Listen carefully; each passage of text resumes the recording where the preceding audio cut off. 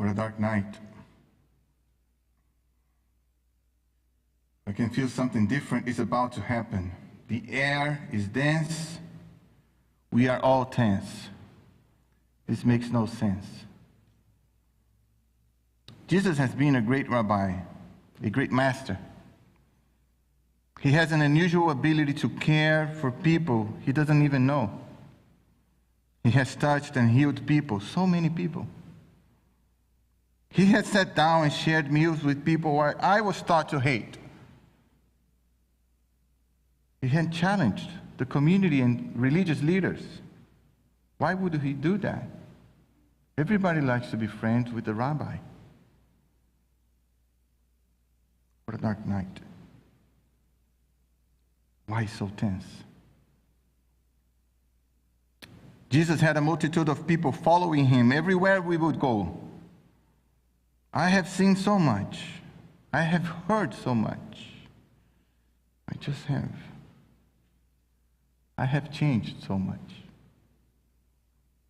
When I think about all the great miracles he has done and how it is easy for him to teach us about God, he simply amazes me. And I gotta say, I love our Master. I could not believe my eyes when he called Lazarus out of his grave.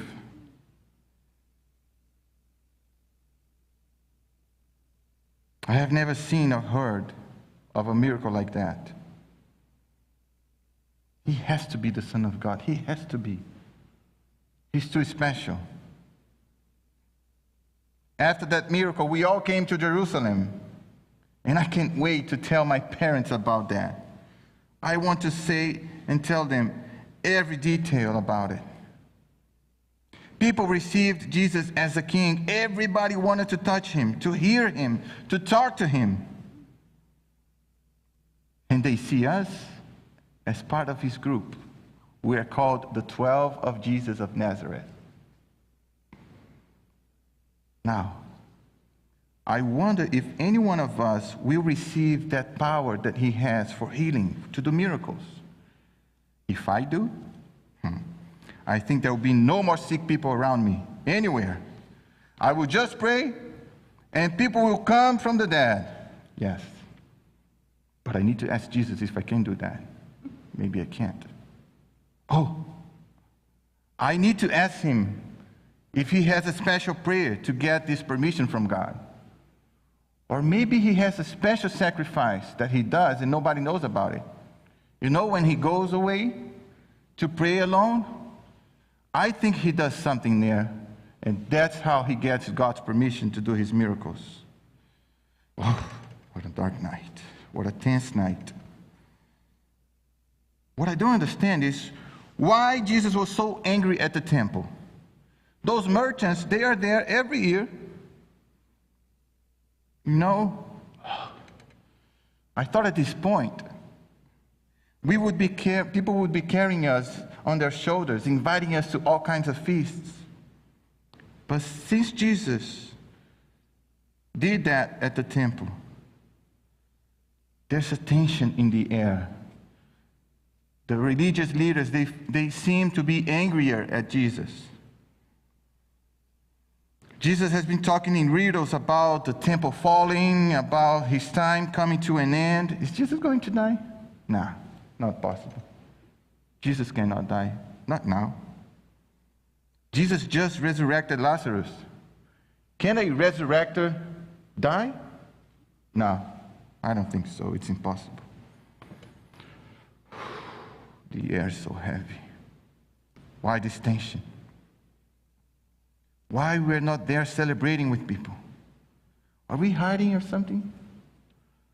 I don't know. And what about that thing he did today?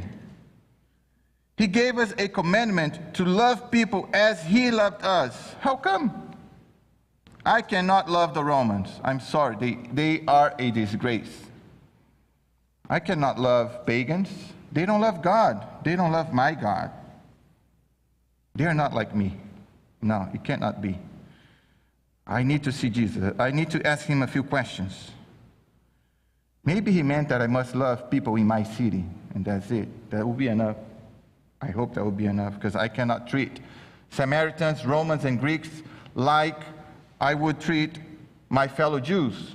No, it's impossible. What about washing people's feet? Is that an act of love?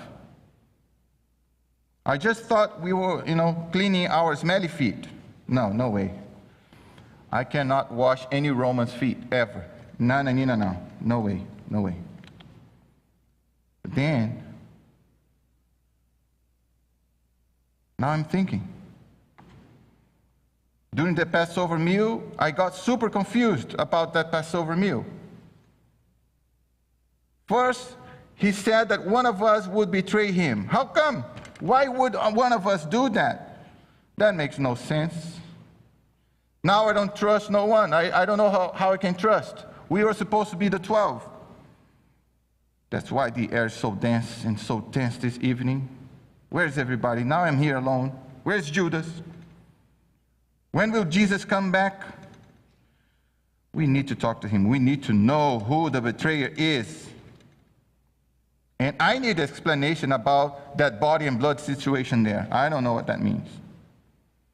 Come on, what does it mean, his body being bread now, and his blood and wine? I got confused. What does that mean? How come Jesus will not drink wine anymore? What will he drink tomorrow? Water? Dirty water? I don't know if we have clean water. He said that when we eat and drink that meal, we must remember him. Of course we do. He's always with us.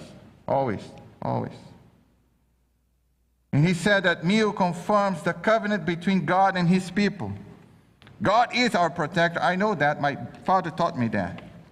Although, in the past several decades, we've been oppressed by the Romans. I don't know if God forgot about us or not, but just saying.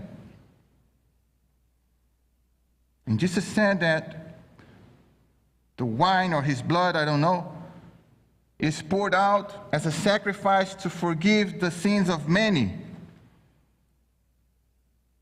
Who are the many? What does it mean, many? Many Jews? I cannot get Romans into that.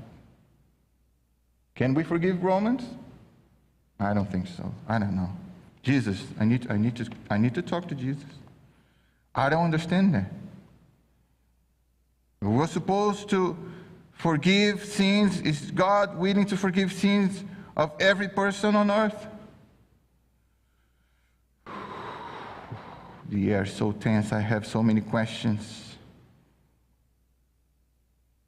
If this meal is a sacrifice for the forgiveness of sins, maybe that means this meal is an act of love. Forgiving is an act of love. Well, washing feet is also an act of love, he said. Does that mean they are the same? Imagine now if we're going from city to city and we need to wash feet and give this meal and talk about blood and body. I don't know. Well, maybe John will be the one washing feet. I don't want to do that. And, Andrew. Andrew should be the one preparing the meal. He's a good cook. And I hope I will be the miracle worker. Yes. No more sick people around me. That's my slogan. I got so many questions. My heart is racing. How long is it going to take for Jesus to come back? Who is the betrayer? Where is everybody? What's going on here? Jesus, where are you? Come. Please come back, Jesus. Come back.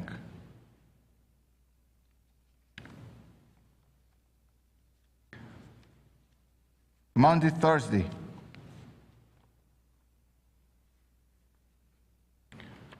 The last night of Jesus. A moment in which Jesus gave to his disciples, and by extension to all of us, commandments. Commandments of loving people like he loved us.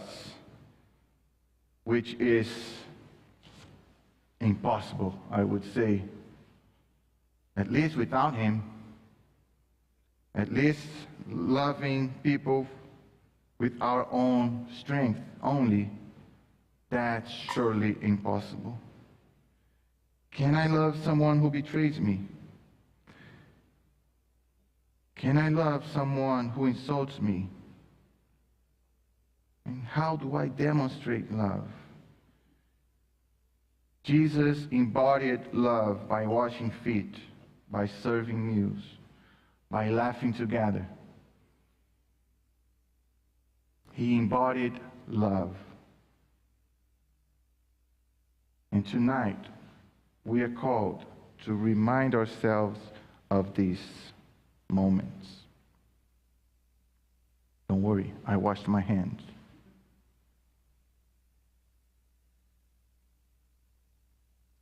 My invitation for us tonight is that we come together to recognize that we all have questions, we all have doubts, we all have fears, we all feel confused. Doesn't matter how great our faith is, we all have moments of weakness. And this Holy Week, I pray that will be a reminder that even though we have questions, even though we feel confused, even though we are not sure about many things, we can be sure that God loves us, that God will always love us, and then He accepts us.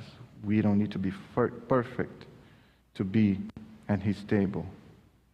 We just need to be willing to be close to Him and close to His table.